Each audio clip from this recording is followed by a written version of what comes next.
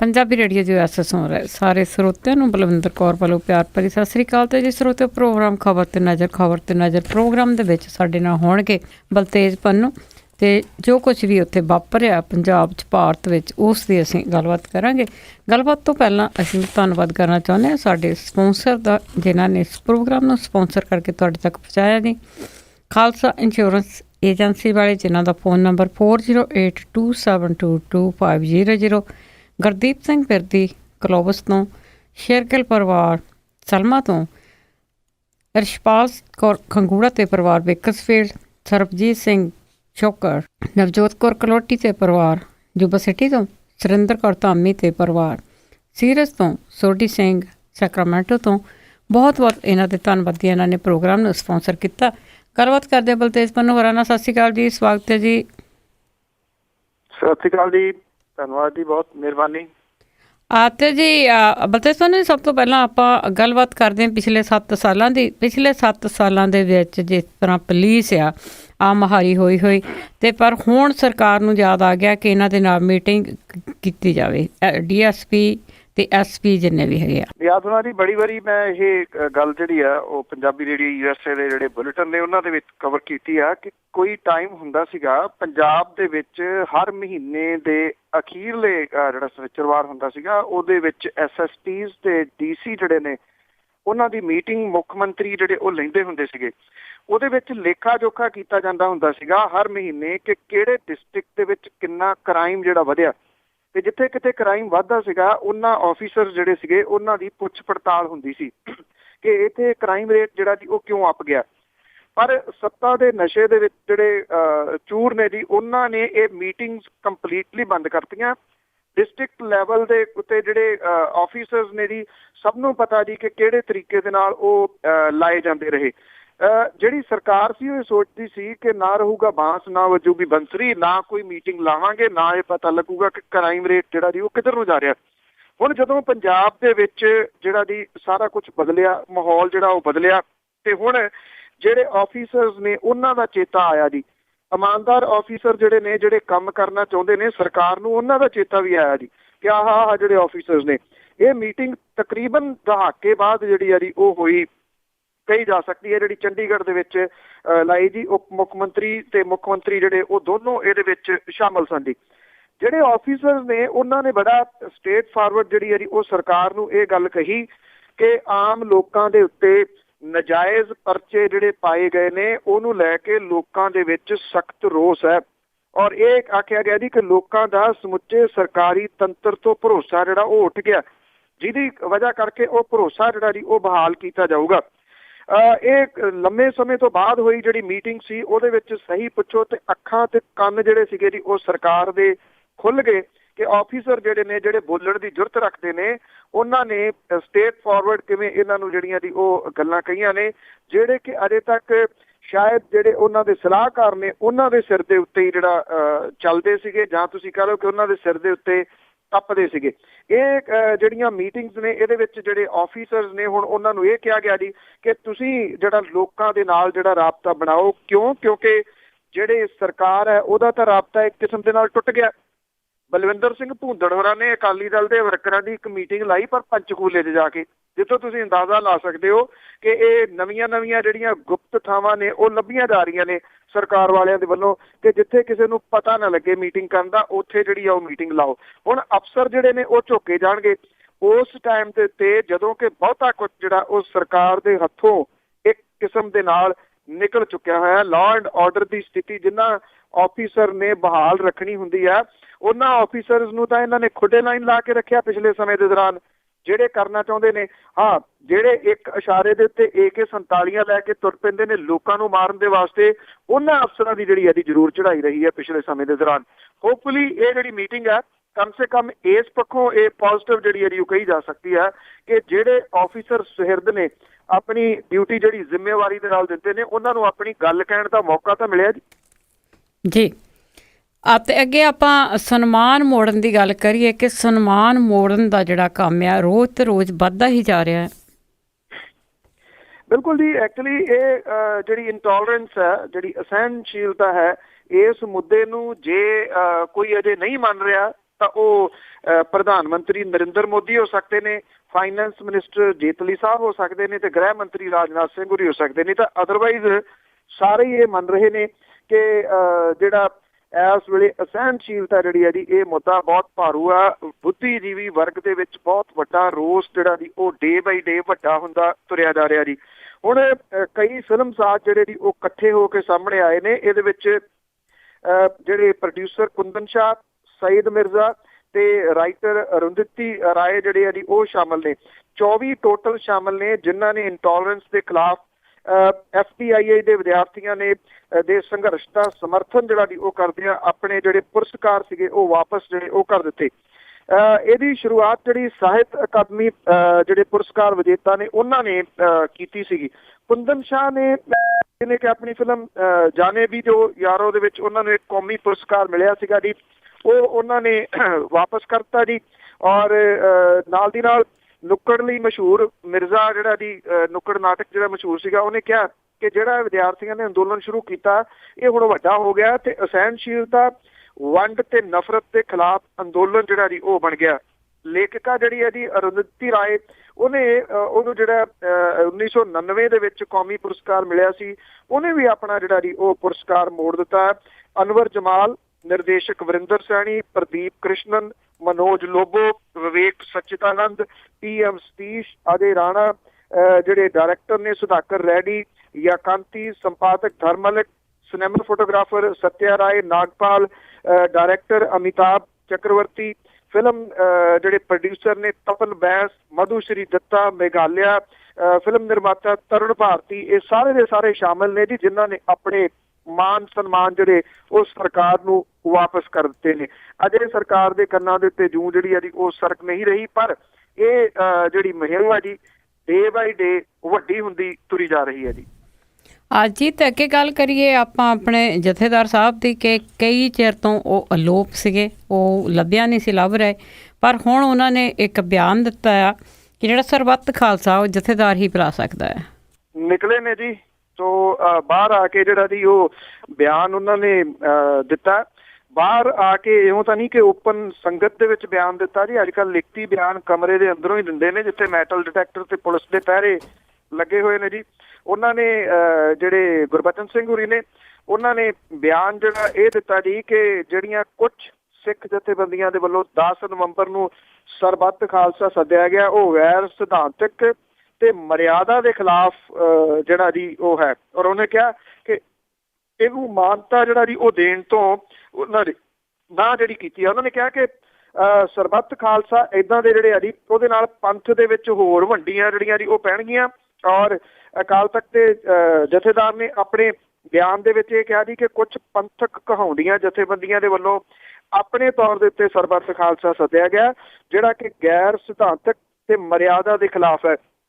ਸਰਬੱਤ ਖਾਲਸਾ ਉਹਨਾਂ ਨੇ ਕਿਹਾ ਕਿ ਸਿਰਫ ਅਕਾਲ ਤਖਤ ਦੇ ਮੌਜੂਦਾ ਜਥੇਦਾਰ ਜਾਂ ਉਹਦੀ ਆਗਿਆ ਦੇ ਨਾਲ ਹੀ ਸੱਦਿਆ ਜਾ ਸਕਦਾ ਹੈ। ਉਹਨਾਂ ਨੇ ਕਿਹਾ ਕਿ 10 ਤਰੀਕ ਨੂੰ ਸੱਦੇ ਗਏ ਇਸ ਸਰਬੱਤ ਖਾਲਸਾ ਨੂੰ ਮਾਨਤਾ ਜਿਹੜੀ ਆ ਉਹ ਨਹੀਂ ਦਿੱਤੀ ਜਾ ਸਕਦੀ। ਉਹਨਾਂ ਕਿਹਾ ਕਿ ਜਦੋਂ ਕਿਸੇ ਨੇ ਆਪਣੇ ਪੱਧਰ ਦੇ ਉੱਤੇ ਸਰਬੱਤ ਖਾਲਸਾ ਸੱਦਿਆ ਤਾਂ ਉਹਦੇ ਨਤੀਜੇ ਜਿਹੜੇ ਨੇ ਉਹ ਮਾੜੇ ਆਏ ਨੇ। ਉਹਨਾਂ ਨੇ ਇਹ ਵੀ ਦਾਅਵਾ ਕੀਤਾ ਹੈ ਕਿ ਹੁਣ ਤੱਕ 1920, 1984 ਤੇ 1986 ਦੇ ਵਿੱਚ ਅਕਾਲ ਤਖਤ ਦੇ ਜਥੇਦਾਰਾਂ ਵੱਲੋਂ ਹੀ ਸਰਬੱਤ ਖਾਲਸਾ ਜਿਹੜਾ ਜੀ ਉਹ ਸੱਦਿਆ ਗਿਆ। ਉਹਨਾਂ ਕਿਹਾ ਕਿ ਸਰਬੱਤ ਖਾਲਸਾ ਨੂੰ ਜਿਹੜਾ ਜੀ ਮੌਜੂਦਾ ਜਿਹੜਾ ਇਹਨੂੰ ਪੰਥਕ ਕਨਵੈਨਸ਼ਨ ਜਾਂ ਪੰਥਕ ਸਮਾਗਮ ਤਾਂ ਕਿਹਾ ਜਾ ਸਕਦਾ ਹੈ, ਪਰ ਇਹਨੂੰ ਸਰਬੱਤ ਖਾਲਸਾ ਜਿਹੜਾ ਉਹ ਨਾਮ ਨਹੀਂ ਦਿੱਤਾ ਜਾ ਸਕਦਾ। ਉਹਨਾਂ ਨੇ ਇਹ ਵੀ ਕਿਹਾ ਕਿ ਇਸ ਵੇਲੇ ਸਰਬੱਤ ਖਾਲਸਾ ਸੱਦਣ ਦੀ ਕੋਈ ਲੋੜ ਨਹੀਂ ਹੈ। ਸਰਬੱਤ ਖਾਲਸਾ ਕੌਮੀ ਹਿੱਤਾਂ ਨੂੰ ਧਿਆਨ ਦੇ ਵਿੱਚ ਰੱਖ ਕੇ ਜਿਹੜਾ ਜੀ ਉਹ ਸੱਦਿਆ ਜਾਂਦਾ। ਇਸ ਕਰਕੇ ਸਿੱਖ ਸਮੱਸਿਆਵਾਂ ਦੇ ਹੱਲ ਦੇ ਵਾਸਤੇ ਬੰਦੀ ਛੋੜ ਦਿਵਸ ਤੋਂ ਬਾਅਦ ਸਮੂਹ ਸਿੱਖ ਜਥੇਬੰਦੀਆਂ ਦੀ ਮੀਟਿੰਗ ਜਿਹੜੀ ਆ ਜੀ ਉਹ ਸੱਦੀ ਜਾਊਗੀ ਤੇ ਉਹਦੇ ਵਿੱਚ ਦੱਸਾਂਗੇ ਜੀ ਜਿਹੜਾ ਜੀ ਉਹ ਕੀ ਕਰ ਰਿਹਾ।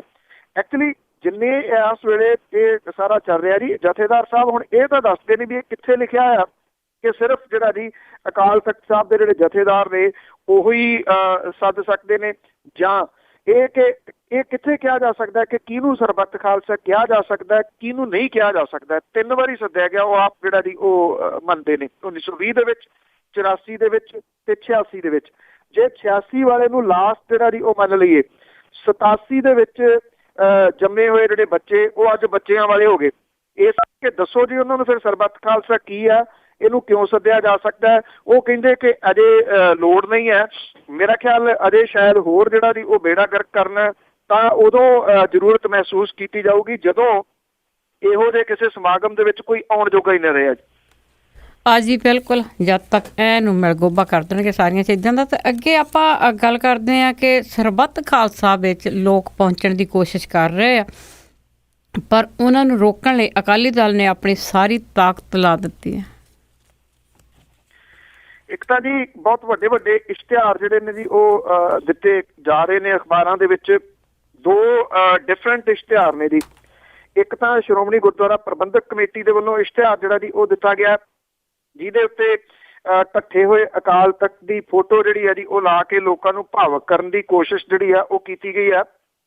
ਇਹ ਆਖਿਆ ਗਿਆ ਜੀ ਕਿ ਇੱਕ ਜਿਹੜੀ ਬਿਲਡਿੰਗ ਢਾਈ ਸੀਗੀ, ਹੁਣ ਇਹਦੇ ਸਿਧਾਂਤ ਤੇ ਪਰੰਪਰਾਵਾਂ ਜਿਹੜੀਆਂ ਨੇ ਉਹਨੂੰ ਢਾਇਆ ਜਾ ਰਿਹਾ।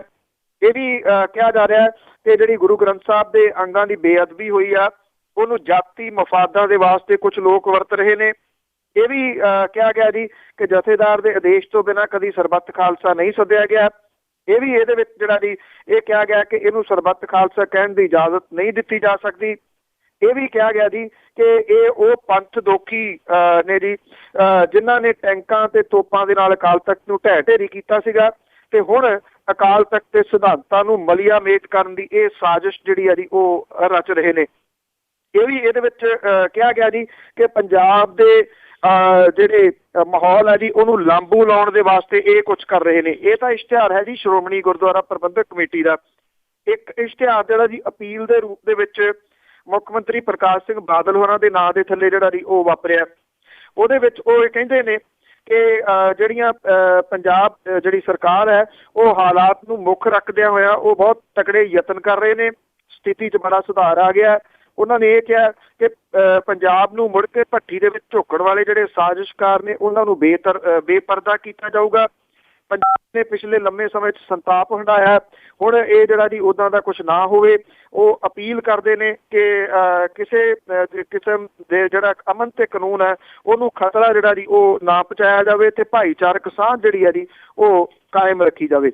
ਇਹ ਵੱਡੇ ਵੱਡੇ ਇਸ਼ਤਿਹਾਰ ਜਿਹੜੇ ਨੇ ਸਾਰੀਆਂ ਅਖਬਾਰਾਂ ਦੇ ਵਿੱਚ ਜਿਹੜੇ ਆ ਜੀ ਉਹ ਦਿੱਤੇ ਗਏ ਨੇ ਸਰਕਾਰ ਦੀ ਤਰਫੋਂ। ਇਹ ਵੀ ਪਤਾ ਲੱਗਾ ਜੀ ਕਿ ਜਿਹੜੇ ਡੇਰੇ ਨੇ ਜਿੱਥੇ ਉਪ ਮੁੱਖ ਮੰਤਰੀ ਸੁਖਬੀਰ ਸਿੰਘ ਬਾਦਲ ਹੋਰੀ ਜਿਹੜਾ ਉਹ ਜਾ ਕੇ ਆਏ ਨੇ, ਉਹਨਾਂ ਸਾਰਿਆਂ ਦੇ ਇਸ਼ਤਿਹਾਰ ਜਿਹੜੇ ਨੇ ਅਗਲੇ ਦਿਨਾਂ ਦੇ ਦੌਰਾਨ, ਕਿਉਂਕਿ ਇਹਦੀ ਸ਼ੁਰੂਆਤ ਅੱਜ ਸ਼੍ਰੋਮਣੀ ਕਮੇਟੀ ਨੇ ਕੀਤੀ ਆ, ਇਹਨਾਂ ਡੇਰਿਆਂ ਦੇ ਇਸ਼ਤਿਹਾਰ ਵੀ ਆਉਣਗੇ ਕਿ ਇੱਥੇ ਜਿਹੜਾ ਦੀ ਨਾਂ ਜਾਇਆ ਜਾਵੇ ਸਰਬੱਤ ਖਾਲਸਾ ਦੇ ਵਿੱਚ। ਇਹ ਵੀ ਪਤਾ ਲੱਗਾ ਜੀ ਕਿ ਉਹਨਾਂ ਨੂੰ ਇਹ ਭਰੋਸਾ ਦਵਾਇਆ ਗਿਆ ਕਿ ਪੈਸਿਆਂ ਦੀ ਪਰਵਾਹ ਨਾ ਕਰੋ, ਪੈਸੇ ਜਿਹੜੇ ਆ ਜੀ ਉਹ ਅਕਾਲੀ ਦਲ ਖਰਚੂਗਾ ਤੇ ਖਰਚੂਗਾ ਮੇਰਾ ਖਿਆਲ ਸ਼੍ਰੋਮਣੀ ਗੁਰਦੁਆਰਾ ਪ੍ਰਬੰਧਕ ਕਮੇਟੀ ਦੀ ਗੋਲਕ ਚੋਂ ਹੀ। ਜੀ ਜੀ। ਸੋ ਇਸ ਵੇਲੇ ਜਿਹੜੀ ਆ ਜੀ ਪੂਰਾ ਜਿਹੜੀ ਆ ਜੀ ਤਿਲ ਸਰਕਾਰ ਨੇ ਜਿਹੜਾ ਜੀ ਉਹ ਲਾ ਦਿੱਤਾ ਕਿ ਕਿਸੇ ਤਰੀਕੇ ਦੇ ਨਾਲ ਇੱਥੇ ਲੋਕਾਂ ਦੀ ਜਿਹੜੀ ਸ਼ਮੂਲੀਅਤ ਹੈ ਉਹ ਰੋਕੀ ਜਾ ਸਕੇ ਇਹਦੇ ਵਿੱਚ। ਜੀ ਪੂਰਾ ਜ਼ੋਰ ਲਾਉਣਗੇ ਜੀ। ਤੇ ਅੱਗੇ ਆਪਾਂ ਇੱਕ ਪੰਥਕ ਤਾਲਮੇਲ ਕਮੇਟੀ ਦੀ ਗੱਲ ਕਰਦੇ ਹਾਂ ਕਿ ਉਹਨਾਂ ਨੇ ਸਰਬੱਤ ਖਾਲਸਾ ਦਾ ਨਾਮ ਬਦਲਣ ਦੀ ਅਪੀਲ ਕੀਤੀ।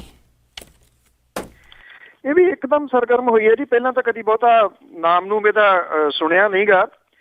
ਤੋ ਇਹ ਅੰਮ੍ਰਿਤਸਰ ਦੇ ਵਿੱਚ ਪੰਥਕ ਤਾਲਮੇਲ ਕਮੇਟੀ ਨੇ ਸਰਬੱਤ ਖਾਲਸਾ ਸੱਦਣ ਵਾਲੀਆਂ ਸਿੱਖ ਜਥੇਬੰਦੀਆਂ ਨੂੰ ਇਹਦਾ ਨਾਮ ਬਦਲਣ ਦੀ ਅਪੀਲ ਜਿਹੜੀ ਆ ਜੀ ਉਹ ਕੀਤੀ ਆ।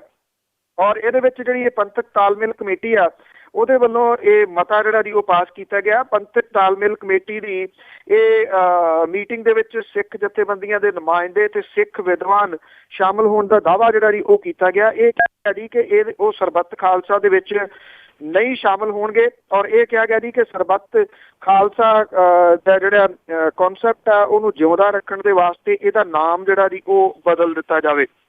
ਔਰ ਇਹ ਕਿਹਾ ਗਿਆ ਜੀ ਕਿ ਜੇ ਨਾਮ ਨਾ ਬਦਲਿਆ ਤਾਂ ਪੰਥਕ ਰਵਾਇਤਾਂ ਤੇ ਕੌਮੀ ਮਰਿਆਦਾ ਜਿਹੜੀ ਹੈ ਜੀ ਉਹਦੇ ਵਾਸਤੇ ਇਹ ਘਾਤਕ ਸਿੱਧ ਹੋਊਗਾ। ਇਹ ਪੰਥਕ ਤਾਲਮੇਲ ਕਮੇਟੀ ਦੇ ਕਨਵੀਨਰ ਗਿਆਨੀ ਕੇਵਲ ਸਿੰਘ ਦੱਸੇ ਗਏ ਨੇ। ਉਹਨਾਂ ਵਾਪਰ ਰਹੀਆਂ ਜਿਹੜੀਆਂ ਘਟਨਾਵਾਂ ਨੇ ਉਹਦੇ ਵਿੱਚ ਸਿੱਖ ਸੰਗਤ ਦੇ ਵਿੱਚ ਪੈਦਾ ਹੋਏ ਰੋਸ ਦੇ ਬਾਰੇ ਆਪਣੇ ਵਿਚਾਰ ਜਿਹੜੇ ਉਹ ਸਾਂਝੇ ਕੀਤੇ ਨੇ। ਇਹਦੇ ਵਿੱਚ ਜਿਹੜੇ ਜੀ ਮੁੱਖ ਬੁਲਾਰਿਆਂ ਦੇ ਵਿੱਚ ਗੁਰਦੇਵ ਸਿੰਘ ਚੰਡੀਗੜ੍ਹ, ਕੁਲਬੀਰ ਸਿੰਘ ਸਾਬਕਾ ਸਕੱਤਰ ਸ਼੍ਰੋਮਣੀ ਕਮੇਟੀ ਦੇ ਗੁਰਬਚਨ ਸਿੰਘ ਬਚਨ, ਸ਼੍ਰੋਮਣੀ ਕਮੇਟੀ ਮੈਂਬਰ ਕਿਰਨਜੋਤ ਕੌਰ, ਮਨਜੀਤ ਸਿੰਘ ਕਲਕੱਤਾ, ਹਰਸਿਮਰਨ ਸਿੰਘ, ਸੁਰਿੰਦਰਪਾਲ ਸਿੰਘ ਗੋਲਡੀ, ਇਹ ਤੁਸੀਂ ਅੰਦਾਜ਼ਾ ਲਾ ਲੈਣਾ ਜੀ ਇਹ ਕਿਹੜੇ ਬੰਦੇ ਨੇ। ਮੈਂ ਤਾਂ ਕਰਕੇ ਨਾਮ ਜਿਹੜੇ ਉਹ ਦੱਸੇ ਨੇ। ਸੋ ਉਹਨਾਂ ਨੇ ਇਹ ਗੱਲ ਕਹੀ ਹੈ ਜੀ ਜਾਂ ਤਾਂ ਨਾਮ ਬਦਲੋ ਜਾਂ ਅਸੀਂ ਇਹਦੇ ਵਿੱਚ ਸ਼ਾਮਲ ਨਹੀਂ ਹੋਵਾਂਗੇ ਜੀ। ਤੇ ਅੱਗੇ ਜੀ ਆਪਾਂ ਕਾਂਗਰਸ ਦੀ ਗੱਲ ਕਰੀਏ ਤੇ ਕਾਂਗਰਸ ਦਾ ਕਾਟੋ ਕਲੇਸ਼ ਮਿਟਾਉਣ ਲਈ ਰਾਹੁਲ ਗਾਂਧੀ ਪੰਜਾਬ ਵਿੱਚ ਆਏ ਹੋਏ ਨੇ, ਤਾਂ ਘੁੱਟ ਕੇ ਹੱਥ ਫੜੇ ਹੋਏ ਆ ਕੈਪਟਨ ਦੇ ਤਾਂ ਬਾਜਵਾ ਦੇ। ਜੀ ਰਾਹੁਲ ਗਾਂਧੀ ਦੀ ਇਹ ਜਿਹੜੀ ਫੇਰੀ ਆ, ਇੱਕ ਤਾਂ ਜਿਹੜੀਆਂ ਪੰਜਾਬ ਦੇ ਵਿੱਚ ਘਟਨਾਵਾਂ ਵਾਪਰੀਆਂ ਨੇ, ਜਿਹੜੇ 2 ਲੋਕ ਪੁਲਿਸ ਗੋਲੀ ਦੇ ਨਾਲ ਮਾਰੇ ਗਏ ਸਨ, ਉਹਨਾਂ ਦੇ ਘਰਾਂ ਦੇ ਵਿੱਚ ਉਹ ਜਾ ਕੇ ਆਏ ਨੇ ਕੱਲ ਦੋਨਾਂ ਥਾਵਾਂ ਦੇ ਉੱਤੇ। ਔਰ ਅੱਜ ਜਿਹੜਾ ਜੀ ਉਹ ਤਲਵੰਡੀ ਸਾਬੋ ਦੇ ਏਰੀਏ ਦੇ ਵਿੱਚ ਨੇ ਜਿਹੜੇ ਖੁਦਕੁਸ਼ੀ ਕਰਕੇ ਜਿਹੜੇ ਕਿਸਾਨ ਨੇ ਉਹਨਾਂ ਨੂੰ ਉਹ ਮਿਲਣ ਦੇ ਵਾਸਤੇ, ਉਹਨਾਂ ਪਰਿਵਾਰਾਂ ਨੂੰ ਮਿਲਣ ਦੇ ਵਾਸਤੇ ਜਿਹੜਾ ਗਏ ਨੇ। ਰਾਹੁਲ ਗਾਂਧੀ ਹੋਰਾਂ ਨੇ ਇੱਥੇ ਪੰਜਾਬ ਦੇ ਵਿੱਚ ਜਿਹੜੀ ਆ ਜੀ ਉਹ ਇਹ ਗੱਲ ਆਖੀ ਆ ਕਿ ਇੱਥੇ ਜੇ ਕਿਸੇ ਨੇ ਤਰੱਕੀ ਕੀਤੀ ਆ ਤਾਂ ਉਹ ਸਿਰਫ ਅਕਾਲੀਆਂ ਨੇ ਜਿਹੜੀ ਆ ਜੀ ਉਹ ਤਰੱਕੀ ਕੀਤੀ ਆ, ਇੱਥੇ ਕਿਸੇ ਹੋਰ ਵਿਅਕਤੀ ਨੇ ਕੋਈ ਤਰੱਕੀ ਜਿਹੜੀ ਆ ਜੀ ਉਹ ਨਹੀਂ ਕੀਤੀ। ਉਹਨਾਂ ਨੇ ਇੱਕ ਵਾਰੀ ਫੇਰ ਨਸ਼ਿਆਂ ਦਾ ਮੁੱਦਾ ਜਿਹੜਾ ਜੀ ਉਠਾਇਆ, ਇਹ ਵੀ ਕਿਹਾ ਕਿ ਮੈਂ ਜਦੋਂ ਨਸ਼ਿਆਂ ਦਾ ਮੁੱਦਾ ਉਠਾਇਆ ਸੀਗਾ ਤੇ ਇਹ ਸਾਰੇ ਲੋਕ ਮੇਰੇ ਵਿਰੋਧ ਦੇ ਵਿੱਚ ਜਿਹੜੇ ਸੱਤਾਧਾਰੀ ਵਾਲੇ ਖੜੇ ਹੋ ਗਏ ਸੀ। ਅੱਜ ਪੰਜਾਬ ਦੇ ਕੀ ਨੇ ਨਸ਼ਿਆਂ ਵਾਲੇ ਮਾਮਲੇ ਦੇ ਉੱਤੇ ਉਹ ਸਾਰਿਆਂ ਦੇ ਸਾਹਮਣੇ ਨੇ। ਇਹਦੇ ਦੌਰਾਨ ਇੱਕ ਗੱਲ ਜਿਹੜੀ ਜੀ ਉਹ ਚੰਗੀ ਰਹੀ ਕਿ ਦੋਨੋਂ ਜਿਹੜੇ ਆਗੂ ਜਿਹੜੇ ਇੱਕ ਦੂਜੇ ਨਾਲ ਭਿੜਦੇ ਨਜ਼ਰ ਆਉਂਦੇ ਨੇ, ਕੈਪਟਨ ਅਮਰਿੰਦਰ ਸਿੰਘ ਤੇ ਪ੍ਰਤਾਪ ਸਿੰਘ ਬਾਜਵਾ, ਉਹ ਦੋਨੋਂ ਜਿਹੜੇ ਹਾਜ਼ਰ ਰਹੇ ਇਸ ਮੌਕੇ ਤੇ। ਔਰ ਇਹ ਵੀ ਪਤਾ ਲੱਗਾ ਜੀ ਕਿ ਬੰਦ ਕਮਰਾ ਮੀਟਿੰਗ ਜਿਹੜੀ ਆ ਇਹਨਾਂ ਦੋਵਾਂ ਨੇਤਾਵਾਂ ਦੇ ਨਾਲ ਰਾਹੁਲ ਗਾਂਧੀ ਨੇ ਜਿਹੜੀ ਹੈ ਜੀ ਉਹ ਕੀਤੀ ਹੈ। ਅਕਾਲੀ ਦਲ ਜਿਹੜਾ ਜੀ ਚਿੜਿਆ ਇਹਨਾਂ ਦੇ ਘਰੇ ਜਾਣ ਤੋਂ, ਇਹ ਆਖਿਆ ਕਿ ਰਾਹੁਲ ਗਾਂਧੀ ਹੋਰੀ ਇਹ ਦੱਸਣ ਕਿ 1984 ਦੇ ਜਿਹੜੇ ਕਤਲੇਆਮ ਦੇ ਜਿਹੜੇ ਪੀੜਤ ਪਰਿਵਾਰ ਨੇ ਉਹਨਾਂ ਦੇ ਕਿੰਨੇ ਘਰਾਂ ਦੇ ਵਿੱਚ ਜਿਹੜੇ ਰਾਹੁਲ ਗਾਂਧੀ ਹੋਰੀ ਗਏ ਨੇ। ਇਹ ਚਿੜ ਅਕਾਲੀ ਦਲ ਨੂੰ ਲੱਗਣੀ ਸੀਗੀ, ਉਦਣ ਵੀ ਲੱਗੀ ਸੀਗੀ ਜਿੱਦਣ ਜਿਹੜੇ ਦਿੱਲੀ ਦੇ ਮੁੱਖ ਮੰਤਰੀ ਅਰਵਿੰਦ ਕੇਜਰੀਵਾਲ ਹੋਰੀ ਇਹਨਾਂ ਘਰਾਂ ਦੇ ਵਿੱਚ ਗਏ ਸੀਗੇ, ਤੇ ਹੁਣ ਵੀ ਲੱਗੀ ਆ ਜਦੋਂ ਕਾਂਗਰਸ ਦੇ ਮੀਤ ਪ੍ਰਧਾਨ ਜਿਹੜੇ ਇਹਨਾਂ ਘਰਾਂ ਦੇ ਵਿੱਚ ਗਏ ਨੇ, ਕਿਉਂਕਿ ਆਪ ਤਾਂ ਅਕਾਲੀ ਦਲ ਵਾਲੇ ਵਿਚਾਰੇ ਜਾ ਨਹੀਂ ਸਕਦੇ। ਸੋ ਉਹ ਤਾਂ ਤਕਰੀਬਨ ਡਰਦੇ ਨੇ ਲੋਕਾਂ ਤੋਂ, ਜੇ ਕੋਈ ਹੋਰ ਜਾਂਦਾ ਤੇ ਉਹ ਉੱਥੇ ਦੰਦ ਜਿਹੜੇ ਦੀ ਚੰਡੀਗੜ੍ਹ ਬੈਠੇ ਖਰੀਚੀ ਜਾਂਦੇ ਆ ਜੀ। ਤੇ ਅੱਗੇ ਆਪਾਂ ਜੇ ਕਰੀਏ ਬਿਹਾਰ ਦੇ ਵਿੱਚ ਚੋਣਾਂ ਮੁਕੰਮਲ ਤੇ ਨਤੀਜੇ 8 ਨੂੰ ਜੀ। ਜਿਹੜੀਆਂ ਇਹ ਚੋਣਾਂ ਨੇ ਜੀ, ਇਹਦਾ 5ਵਾਂ ਗੇੜ ਜਿਹੜਾ ਸੀਗਾ ਜੀ ਉਹ ਪੂਰਾ ਹੋ ਗਿਆ। ਔਰ 5ਵੇਂ ਗੇੜ ਦੇ ਵਿੱਚ ਜਿਹੜੀਆਂ ਜੀ ਤਕਰੀਬਨ ਕੋਈ 56.9% ਜਿਹੜੀਆਂ ਦੀ ਉਹ ਵੋਟਾਂ ਪਈਆਂ ਨੇ। ਔਰ ਟੋਟਲ ਜਿਹੜੇ ਵੋਟ ਹੈ ਜੀ ਕੋਈ 57% ਜਿਹੜੀਆਂ ਦੀ ਓਵਰਆਲ ਜਿਹੜੀਆਂ ਉਹ ਸਾਰੀਆਂ ਪਈਆਂ ਨੇ। ਇਹ ਤੋਂ ਬਾਅਦ ਹੁਣ ਕਈ ਕਿਸਮ ਦੀਆਂ ਅਟਕਲਾਂ ਜਿਹੜੀਆਂ ਦੀ ਉਹ ਸ਼ੁਰੂ ਹੋ ਗਈਆਂ। ਬੇਸ਼ੱਕ ਜਿਹੜੇ ਚੋਣ ਸਰਵੇਖਣ ਨੇ ਉਹਨਾਂ ਦਾ ਬਹੁਤਾ ਕੋਈ ਹੈ ਤਾਂ ਨਹੀਂ ਗਾ ਜੀ ਮਾਇਨੇ, ਕਿਉਂਕਿ ਹਮੇਸ਼ਾ ਇੱਥੇ ਜਿਹੜੇ ਚੋਣ ਸਰਵੇਖਣ ਨੇ ਉਹ ਗਲਤ ਹੀ ਸਾਬਤ ਜਿਹੜੇ ਉਹ ਹੋਏ ਨੇ। ਔਰ ਇਹ ਕਿਹਾ ਗਿਆ ਜੀ ਜਿਹੜੇ ਵੱਖ-ਵੱਖ ਚੋਣ ਸਰਵੇਖਣ ਆਏ ਨੇ ਉਹਨਾਂ ਦੇ ਵਿੱਚ ਜਿਹੜਾ ਜੀ ਮਹਾਗਠਜੋੜ ਹੈ ਉਹਨੂੰ ਜਿੱਤ ਤਾਂ ਵਿਖਾਇਆ ਗਿਆ। 2 ਜਿਹੜੇ ਚੋਣ ਸਰਵੇਖਣ ਨੇ ਉਹਨਾਂ ਨੂੰ ਜਿਹੜਾ ਜੀ ਉਹ ਛੱਡ ਕੇ ਬਾਕੀ ਥਾਵਾਂ ਤੋਂ ਜਿਹੜਾ ਜੀ ਇਹਨੂੰ ਜਿਹੜਾ ਮਹਾਗਠਜੋੜ ਹੈ ਜਿਹਦੇ ਵਿੱਚ ਨਿਤਿਸ਼ ਕੁਮਾਰ, ਲਾਲੂ ਪ੍ਰਸਾਦ ਯਾਦਵ, ਕਾਂਗਰਸ ਇਹ ਸ਼ਾਮਲ ਨੇ, ਉਹਦੇ ਵਿੱਚ ਦਿਖਾਇਆ ਗਿਆ 2 ਚੋਣ ਸਰਵੇ 6 ਦੇ ਵਿੱਚ ਉਹਨਾਂ ਨੂੰ ਜਿੱਤ ਤੇ ਦਿਖਾਇਆ ਗਿਆ। 2 ਦੇ ਵਿੱਚ ਜਿਹੜਾ ਜੀ ਉਹ NDA ਨੂੰ ਜਿੱਤ ਜਿਹੜਾ ਦਿਖਾਇਆ ਗਿਆ ਭਾਰਤੀ ਜਨਤਾ ਪਾਰਟੀ ਨੂੰ। 8 ਤਰੀਕ ਨੂੰ ਇਹਨਾਂ ਵੋਟਾਂ ਦੇ ਨਤੀਜੇ ਜਿਹੜੇ ਉਹ ਆਉਣਗੇ ਐਤਵਾਰ ਨੂੰ ਇੱਥੋਂ ਮੁਤਾਬਕ। ਔਰ ਉਸ ਦਿਨ ਜਿਹੜੀ ਹੈ ਜੀ ਪਿਕਚਰ ਕਾਫੀ ਕਲੀਅਰ ਜਿਹੜੀ ਹੈ ਜੀ ਉਹ ਪਹਿਲੇ ਘੰਟਿਆਂ ਦੇ ਵਿੱਚ ਜਿਹੜੀ ਹੋ ਜੂਗੀ ਕਿ ਕਿਸ ਪਾਸੇ ਵੱਲ ਨੂੰ ਜਿਹੜੀ ਹੈ ਜੀ ਜਾ ਰਹੀ ਹੈ। 2 ਚੀਜ਼ਾਂ ਇਹਦੇ ਵਿੱਚ ਅਹਿਮ ਨੇ ਜੀ। ਇੱਕ ਤਾਂ ਮੰਤਰੀ ਨਰਿੰਦਰ ਮੋਦੀ ਹੋਰਾਂ ਨੇ ਜਿਸ ਨੀਵੇਂ ਪੱਧਰ ਤੇ ਆ ਕੇ ਇਹ ਚੋਣ ਦੇ ਵਿੱਚ ਜਿਹੜਾ ਪਾਰਟੀਸਪੇਟ ਕੀਤਾ, ਜਿਹੋ ਜੀ ਬਿਆਨਬਾਜ਼ੀ ਕੀਤੀ ਆ, ਉਹਨਾਂ ਦਾ ਵਕਾਰ ਦਾ ਤੇ ਲੱਗਿਆ ਹੋਇਆ।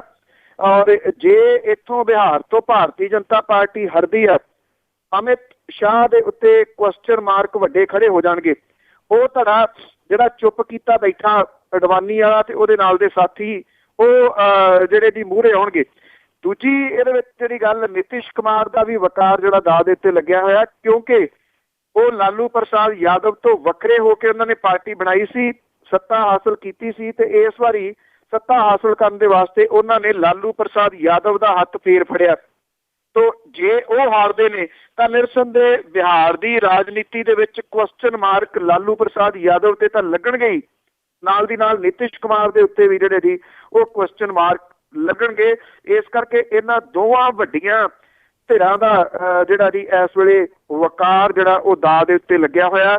ਹੁਣ ਕੁਝ ਘੰਟੇ ਜਿਹੜੇ ਉਹ ਬਚਦੇ ਨੇ ਜਦੋਂ ਇਹ ਜਿਹੜਾ ਜੀ ਸਾਰਾ ਕੁਝ ਸਾਹਮਣੇ ਆ ਜਾਊਗਾ ਕਿ ਕਿਹੜੀ ਪਾਰਟੀ ਜਿਹੜੀ ਹੈ ਜੀ ਉੱਥੇ ਜਿੱਤ ਰਹੀ ਹੈ ਜੀ।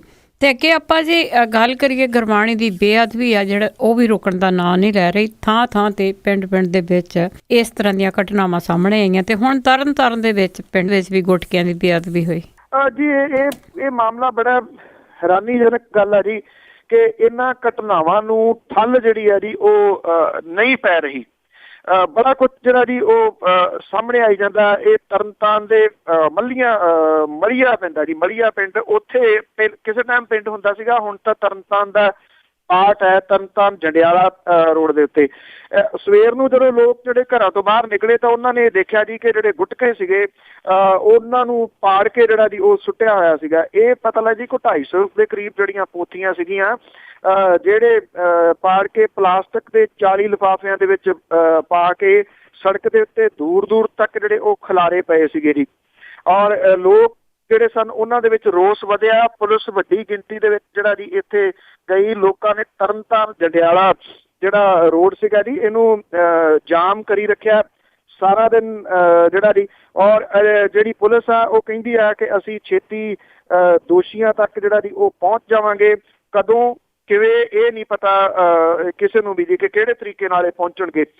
ਦੂਜੇ ਪਾਸੇ ਜਿਹੜਾ ਮਲਕੇ ਪਿੰਡ ਦੇ ਵਿੱਚ ਜੋ ਕੁਝ ਹੋਇਆ ਸੀਗਾ ਜੀ ਉਸ ਮਾਮਲੇ ਦੇ ਵਿੱਚ ਵੀ ਕੁਝ ਨਵੀਆਂ ਜਿਹੜੀਆਂ ਡਿਵੈਲਪਮੈਂਟਸ ਇਹ ਆਈਆਂ ਨੇ ਕਿ ਇੱਕ ਚਿੱਠੀ ਅਣਪਛਾਤੇ ਬੰਦੇ ਨੇ ਲਿਖੀ ਆ। ਉਹਨੇ ਕਿਸੇ ਪ੍ਰਿੰਸੀਪਲ ਦਾ ਨਾਂ ਲਿਖਿਆ ਕਿ ਉਹ ਸ਼ਾਮਲ ਹੈ। ਇੱਥੇ CCTV ਕੈਮਰਾ ਲੱਗਿਆ ਹੋਇਆ। CCTV ਕੈਮਰੇ ਦੇ ਵਿੱਚ ਇੱਕ ਅਣਪਛਾਤਾ ਵਿਅਕਤੀ ਜਿਹੜਾ ਜੀ ਉਹ ਚਿੱਠੀ ਰੱਖਦਾ ਦਿਖਾਇਆ ਗਿਆ। ਔਰ ਇਹ ਜਿਹੜੀ ਪੁਲਿਸ ਹੈ ਜੀ ਉਹ ਇਸ ਚਿੱਠੀ ਨੂੰ ਜਿਹੜੀ ਹੈ ਜੀ ਉਹ ਵਾਚ ਕਰ ਰਹੀ ਨੇੜੇ ਤੋਂ। ਔਰ ਜਿਹੜਾ ਪ੍ਰਿੰਸੀਪਲ ਜਿਹਦਾ ਨਾਮ ਦੱਸਿਆ ਗਿਆ ਉਹਨੂੰ ਨਾਲ ਬਿਠਾ ਕੇ ਜਿਹੜੀ ਹੈ ਜੀ ਉਹ ਪੁੱਛਗਿੱਛ ਸਾਰੀ ਦੀ ਸਾਰੀ ਜਿਹੜੀ ਉਹ ਕੀਤੀ ਜਾ ਰਹੀ ਹੈ। ਆਈ ਥਿੰਕ ਕਿਤੇ ਨਾ ਕਿਤੇ ਜਿਹੜੇ ਪੰਜਾਬ ਦੇ ਪਿੰਡਾਂ ਦੇ ਲੋਕ ਨੇ ਉਹਨਾਂ ਨੂੰ ਇਸ ਜਿਹੜੀ ਰੋਜ਼ ਹੋ ਰਹੀ ਬੇਅਦਬੀ ਆ ਉਹਨੂੰ ਰੋਕਣ ਦੇ ਵਾਸਤੇ ਮੂਹਰੇ ਆਉਣਾ ਪਊਗਾ। ਜੇ ਉਹ ਅੱਜ ਮੂਹਰੇ ਆ ਕੇ ਠੀਕਰੀ ਪਹਿਰੇ ਲਾ ਕੇ ਉਹਨਾਂ ਨੇ ਨਾ ਰੋਕਿਆ ਤਾਂ ਬਲਦੀ ਤੇ ਤੇਲ ਪਾਉਣ ਵਾਲੇ ਲੋਕ ਜਿਹੜੇ ਨੇ ਉਹ ਤਾਂ ਨਿਰੰਤਰ ਸਰਗਰਮ ਨੇ। ਉਹਨਾਂ ਨੂੰ ਇਸ ਗੱਲ ਦਾ ਕੋਈ ਡਰ ਹੀ ਨਹੀਂ ਜਾਪਦਾ ਜੀ ਕਿ ਜੇ ਉਹਨਾਂ ਚੋਂ ਕੋਈ ਫੜਿਆ ਗਿਆ ਤਾਂ ਉਹਦਾ ਹਸ਼ਰ ਲੋਕ ਕੀ ਕਰਨਗੇ। ਜੀ ਬਿਲਕੁਲ, ਜੋ ਵੀ ਲੱਗਾ ਹੋਇਆ ਨਾ ਡਰ ਹੋ ਕੇ ਲੱਗਾ ਹੋਇਆ। ਇਸ ਤਰ੍ਹਾਂ ਥਾਂ ਥਾਂ ਤੇ ਘਟਨਾਵਾਂ ਤੇ ਇੰਨਾ ਸੰਤਾਪ ਭੋਗਦਾ ਪੰਜਾਬ। ਤੇ ਅੱਗੇ ਆਪਾਂ ਗੱਲ ਕਰਦੇ ਹਾਂ ਜੀ ਕਿਸਾਨਾਂ ਦੀ। ਕਿਸਾਨ ਹਰੇਕ ਪਾਸੇ ਤੋਂ ਘਿਰੇ ਹੋਏ ਨੇ ਤਾਂ ਹੁਣ 6000 ਕਿਸਾਨ ਜਿਹੜੇ ਆ ਡਿਫਾਲਟਰ ਆ ਤੇ ਉਹਨਾਂ ਦੀ ਜ਼ਮੀਨ ਨਿਲਾਮ ਕਰਨ ਦਾ ਫੈਸਲਾ ਹੋਵੇਗਾ। ਇਹ ਬੜਾ ਅਹਿਮ ਜਿਹੜੀ ਜੀ ਉਹ ਖਬਰ ਕਹੀ ਜਾ ਸਕਦੀ ਹੈ। ਪੰਜਾਬ ਦਾ ਕਿਸਾਨ ਅਸਲ ਦੇ ਵਿੱਚ ਤਾਂ ਜੋ ਕੁਝ ਆਪਾਂ ਗੱਲਾਂ ਬਾਤਾਂ ਕਰ ਰਹੇ ਹਾਂ ਆਫਟਰ ਆਲ ਇਹਦੇ ਪਿੱਛੇ ਪੰਜਾਬ ਦੇ ਕਿਸਾਨ ਦੀ ਤਰਾਸਦੀ ਵੀ ਤਾਂ ਕਿਤੇ ਨਾ ਕਿਤੇ ਲੁਕੀ ਹੋਈ ਹੈ ਨਾ ਜੀ। ਪੰਜਾਬ ਦੇ ਕਿਸਾਨ ਦੇ ਜਿਹੜਾ ਨਰਮਾ ਬੈਲਟ ਸੀ ਉੱਤੇ ਚਿੱਟੇ ਮੱਛਰ ਦਾ ਹਮਲਾ ਹੋਇਆ, ਨਕਲੀ ਪੈਸਟੀਸਾਈਡ ਆ ਗਈਆਂ, ਉਹ ਮਾਰਿਆ ਗਿਆ, ਖੁਦਕੁਸ਼ੀਆਂ ਕਰ ਰਿਹਾ। ਉਹ ਤੋਂ ਧਿਆਨ ਡਾਈਵਰਟ ਕਰਨ ਦੇ ਵਾਸਤੇ ਸਰਕਾਰਾਂ ਨੇ ਕੀ ਕੁਝ ਕਰਾਇਆ। ਇਹ ਸਾਰਾ ਕੁਝ ਜੁੜਿਆ ਹੋਇਆ ਜੀ ਇੱਕ ਦੂਜੇ ਦੇ ਨਾਲ। ਹੁਣ ਕਰਜ਼ੇ ਦੇ ਬੋਝ ਦੇ ਥੱਲੇ ਦੱਬੇ ਨਰਮਾ ਪੱਟੀ ਦੇ 6000 ਕਿਸਾਨਾਂ ਦੀ ਜ਼ਮੀਨ ਜਿਹੜੀ ਹੈ ਜੀ ਉਹ ਨਿਲਾਮ ਕਰਨ ਦੀ ਤਿਆਰੀ ਕੀਤੀ ਜਿਹੜੀ ਹੈ ਜੀ ਉਹ ਜਾ ਰਹੀ ਹੈ। ਪਰ ਕਿਸਾਨ ਅੰਦੋਲਨ ਦੇ ਡਰੋਂ ਅਫਸਰ ਇੱਦਾਂ ਦਾ ਜਿਹੜਾ ਜੀ ਉਹ ਕੰਮ ਨਹੀਂ ਕਰ ਰਹੇ ਕਿਉਂਕਿ ਕੋਈ ਸਖਤ ਕਦਮ ਚੁੱਕਣ ਤੋਂ ਨਾ ਜਿਹੜਾ ਜੀ ਉਹ ਹਾਲ ਦੀ ਘੜੀ ਕਰ ਰਹੇ ਨੇ। 6000 ਕਿਸਾਨਾਂ ਦੇ ਕੇਸ ਨਿਲਾਮੀ ਦੇ ਵਾਸਤੇ ਯੋਗ ਜਿਹੜੇ ਜੀ ਉਹ ਐਲਾਨੇ ਗਏ ਨੇ। ਫਿਰੋਜ਼ਪੁਰ ਡਿਵੀਜ਼ਨ ਦੇ 7 ਜ਼ਿਲ੍ਹਿਆਂ ਦੇ ਕਰੀਬ 25000 ਕਿਸਾਨ ਖੇਤੀ ਬੈਂਕਾਂ ਦੇ ਡਿਫਾਲਟਰ ਨੇ। ਇਹਨਾਂ ਦੇ ਸਿਰ ਦੇ ਉੱਤੇ 206 ਕਰੋੜ ਰੁਪਏ ਦਾ ਕਰਜ਼ਾ ਹੈ। ਤੋਂ 14000 ਡਿਫਾਲਟਰ ਕਿਸਾਨਾਂ ਨੂੰ ਨੋਟਿਸ ਦੇਣੇ ਜਿਹੜੇ ਉਹ ਸ਼ੁਰੂ ਕੀਤੇ ਹੋਏ ਨੇ। ਇਹਨਾਂ ਕਿਸਾਨਾਂ ਚੋਂ ਹੁਣ 6000 ਕਿਸਾਨਾਂ ਦੀ ਜ਼ਮੀਨ ਨਿਲਾਮ ਕਰਨ ਦਾ ਫੈਸਲਾ ਕੀਤਾ ਹੋਇਆ। ਫਿਰੋਜ਼ਪੁਰ ਡਿਵੀਜ਼ਨ ਦੇ 17800 ਕਿਸਾਨ ਏਦਾਂ ਦੇ ਨੇ ਜੋ ਪਿਛਲੀਆਂ 2 ਕਿਸ਼ਤਾਂ ਨਹੀਂ ਭਰ ਸਕੇ। ਔਰ ਸਰਕਾਰ ਜਿਹੜੀ ਕਿਤੇ ਵੀ ਸਖਤੀ ਨਹੀਂ ਦਿਖਾ ਰਹੀ ਕਿਉਂਕਿ ਡਰੀ ਹੋਈ ਆ। ਉਹਨੂੰ ਪਤਾ ਕਿ ਚਾਰ ਚੁਫੇਰੇ ਐਜੀਟੇਸ਼ਨ ਜਿਹੜੀਆਂ ਉਹ ਚੱਲ ਰਹੀਆਂ ਨੇ ਕਿ ਕਿਵੇਂ ਜਿਹੜਾ ਜੀ ਇਹ ਸਾਰਾ ਕੁਝ ਉਹ ਕਰੂਗਾ ਜੀ। ਜ਼ਿਲ੍ਹਾ ਫਿਰੋਜ਼ਪੁਰ ਦੇ ਵਿੱਚ ਸਭ ਤੋਂ ਜ਼ਿਆਦਾ 9250 ਡਿਫਾਲਟਰ ਕਿਸਾਨ ਨੇ ਜਿਨ੍ਹਾਂ ਦੇ ਸਿਰ 64 ਕਰੋੜ ਰੁਪਏ ਦਾ ਕਰਜ਼ਾ। ਜ਼ਿਲ੍ਹਾ ਬਠਿੰਡਾ ਦੇ 5500 ਡਿਫਾਲਟਰ ਕਿਸਾਨ ਨੇ ਜਿਨ੍ਹਾਂ ਦੇ ਸਿਰ 42 ਕਰੋੜ ਰੁਪਏ। ਜ਼ਿਲ੍ਹਾ ਮੁਕਤਸਰ ਦੇ 4608 ਡਿਫਾਲਟਰ ਕਿਸਾਨ ਨੇ ਜਿਨ੍ਹਾਂ ਦੇ ਸਿਰ ਤਕਰੀਬਨ 42.5 ਕਰੋੜ ਰੁਪਏ ਦਾ ਕਰਜ਼ਾ। ਮਾਨਸਾ ਦੇ 3969 ਕਿਸਾਨਾਂ ਦੇ ਸਿਰ 41 ਕਰੋੜ ਰੁਪਇਆ। ਫਰੀਦਕੋਟ ਦੇ 1042 ਕਿਸਾਨਾਂ ਦੇ ਸਿਰ 11.5 ਕਰੋੜ ਰੁਪਏ, ਮੋਗੇ ਦੇ 695, ਡਿਫਾਲਟਰ ਕਿਸਾਨਾਂ ਦੇ ਸਿਰ 5 ਕਰੋੜ ਰੁਪਏ ਦਾ ਜਿਹੜਾ ਜੀ ਉਹ ਕਰਜ਼ਾ ਖੜਾ। ਜਿਹੜੇ ਬੈਂਕਾਂ ਵਾਲੇ ਨੇ ਉਹ ਕਹਿੰਦੇ ਨੇ ਅੱਜ ਨਹੀਂ ਤਾਂ ਭਲਕੇ ਨਹੀਂ ਤਾਂ ਪਰਸੋਂ ਕਿਤੇ ਨਾ ਕਿਤੇ ਤਾਂ ਇਹ ਜਿਹੜੀਆਂ ਜ਼ਮੀਨਾਂ ਨੇ ਉਹ ਉਹਨਾਂ ਨੇ ਨਿਲਾਮ ਕਰਨੀਆਂ ਹੀ ਕਰਨੀਆਂ ਨੇ। ਪਤਾ ਉਹਨਾਂ ਨੂੰ ਵੀ ਹੈ ਜਿੱਦਣ ਜ਼ਮੀਨਾਂ ਨੂੰ ਨਿਲਾਮ ਕਰਨ ਦੀ ਗੱਲ ਓਪਨ ਜਿਹੜੀ ਹੋ ਗਈ ਤੇ ਫਿਰ ਪੰਜਾਬ ਦੇ ਵਿੱਚ ਕਿਸਾਨਾਂ ਦੀ ਜਿਹੜੀ ਐਜੀਟੇਸ਼ਨ ਆ ਜੀ ਉਹਨੂੰ ਕੌਣ ਸੰਭਾਲੂਗਾ ਜੀ। ਤੇ ਅਖੀਰ ਵਿੱਚ ਆਜਨਾਮਾ ਕਿ ਰਾਹੁਲ ਗਾਂਧੀ ਨੂੰ ਮਾਲਵੇ ਵੇਖ ਆਇਆ, ਅਕਾਲੀ ਆਗੂਆਂ ਨੂੰ ਲੱਗਾ ਬੁਰਾ ਬੇਲੀ।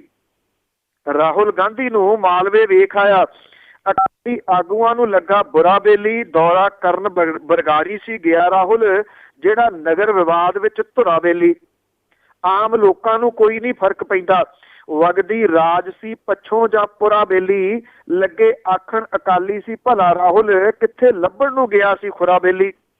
ਬਹੁਤੀ ਕੌੜ ਹੁਣ ਉਹਨਾਂ ਨੂੰ ਇਸ ਗੱਲੋਂ, ਅਸੀਂ ਗਏ ਹੈ ਨਾ ਰਾਹੁਲ ਹੋ ਆਇਆ। ਬਹੁਤੀ ਕੌੜ ਹੁਣ ਉਹਨਾਂ ਨੂੰ ਇਸ ਗੱਲੋਂ, ਅਸੀਂ ਗਏ ਹੈ ਨਾ ਰਾਹੁਲ ਹੋ ਆਇਆ। ਜਿੱਥੇ ਲੋਕ ਨਹੀਂ ਸਾਨੂੰ ਆਉਣ ਦਿੰਦੇ, ਸਾਡੇ ਵਾਸਤੇ ਆਕੋ ਚੋ ਆਇਆ।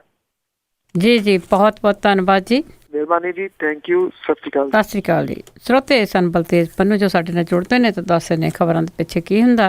ਹੁਣ ਬਲਵਿੰਦਰ ਕੌਰ ਵੱਲੋਂ ਵੀ ਸਾਰਿਆਂ ਨੂੰ ਹੀ ਅਗਲੇ ਬਟਨ ਤੱਕ ਪਿਆਰ ਭਰੀ ਸਤਿ ਸ੍ਰੀ ਅਕਾਲ।